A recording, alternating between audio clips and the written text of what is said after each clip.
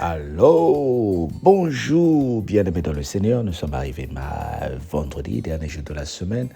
Et pour clôturer notre semaine, concernant les enseignements, nous sommes en train de lire Jean 20 à partir du 18e verset jusqu'au verset 29. Marie de Magdala a annoncé aux disciples qu'elle avait vu le Seigneur et qu'il lui avait dit ces choses.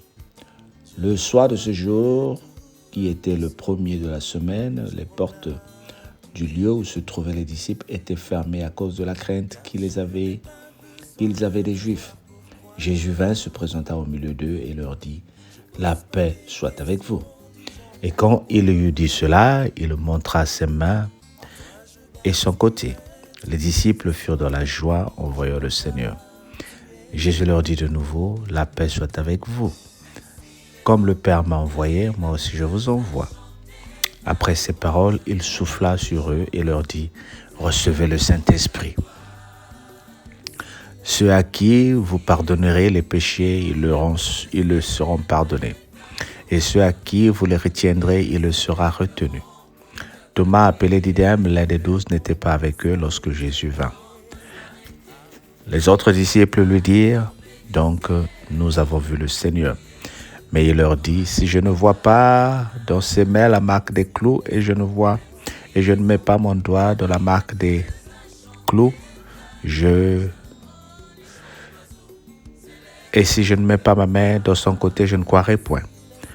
8 jours après cela, les disciples de Jésus étaient de nouveau dans la maison et Thomas se trouvait avec eux.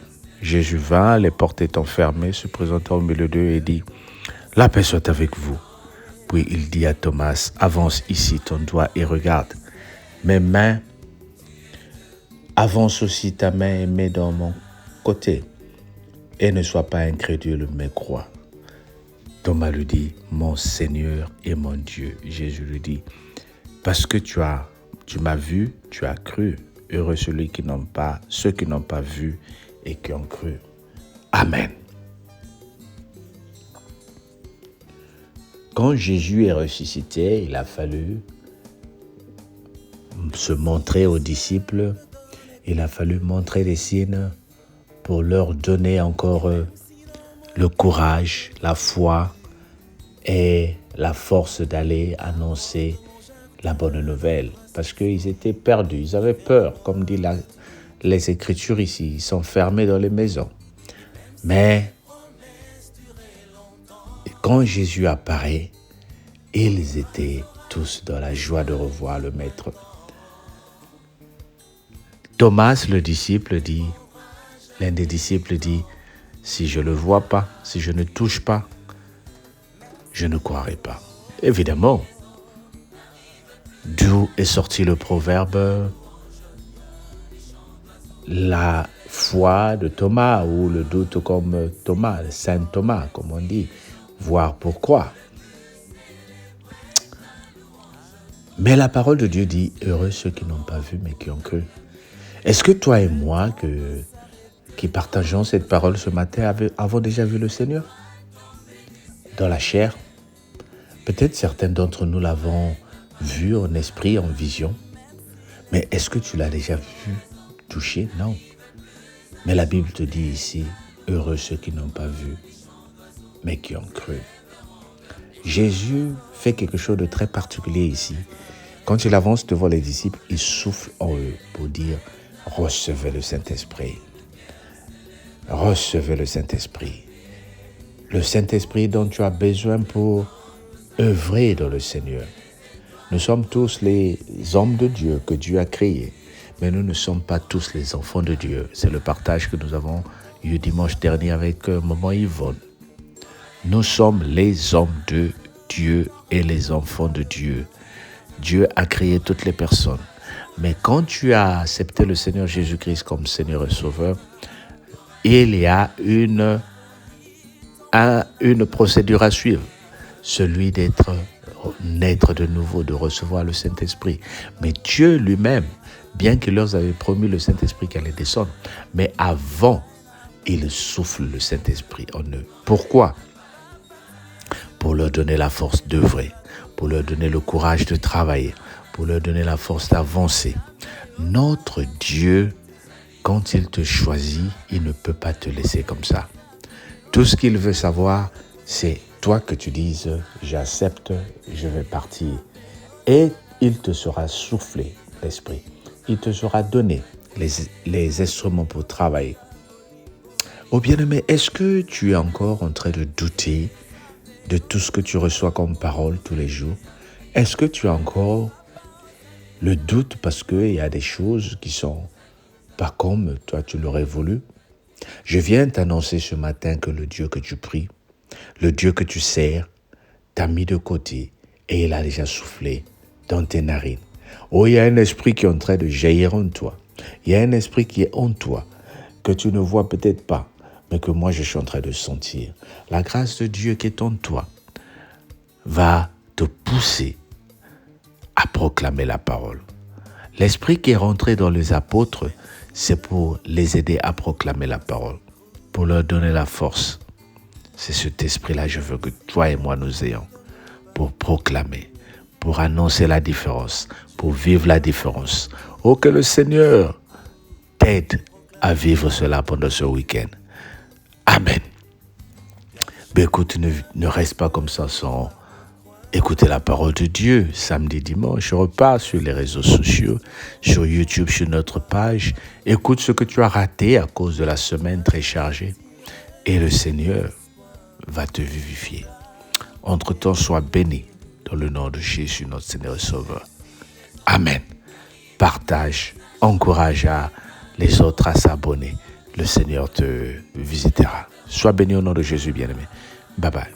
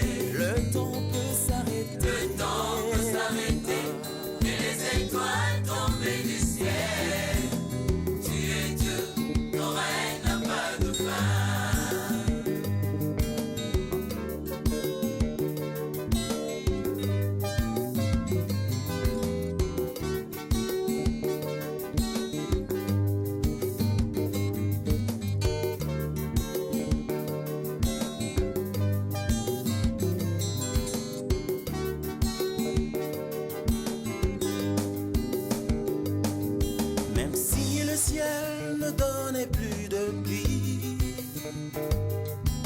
Et même si dans mon cœur je ne croyais plus, l'arbre de mon jardin donnera ses fruits qui feront voir que tu es Dieu. Et même si tes promesses duraient longtemps, comme l'oiseau rare aux soirées du printemps, je sais que tu ne dépendras jamais du temps. Je proclame, tu es Dieu. Même si les hommes n'arrivent plus à chanter ta louange, les chants d'oiseaux s'élèveront vers toi. Même si les hommes ne voulaient plus célébrer ta louange, les pierres s'élèveront pour t'acclamer. Le temps peut s'arrêter, et les étoiles tombées du ciel. Tu es Dieu, ton règne n'a pas de fin. Même si les hommes n'arrivent plus à chanter ta louange, les chants d'oiseaux s'élèveront vers toi.